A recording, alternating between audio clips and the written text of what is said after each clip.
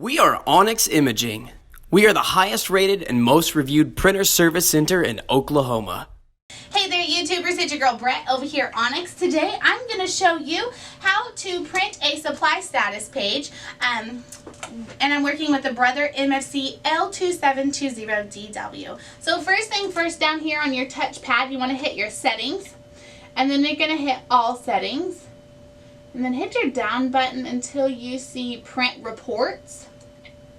Then click on that and go down to printer settings, and it says press OK to start printing. Hit OK, then it should start printing. You can find useful information on here, such as how many pages you printed on your toner, any printer settings, or even the percentage of life remaining on your drum.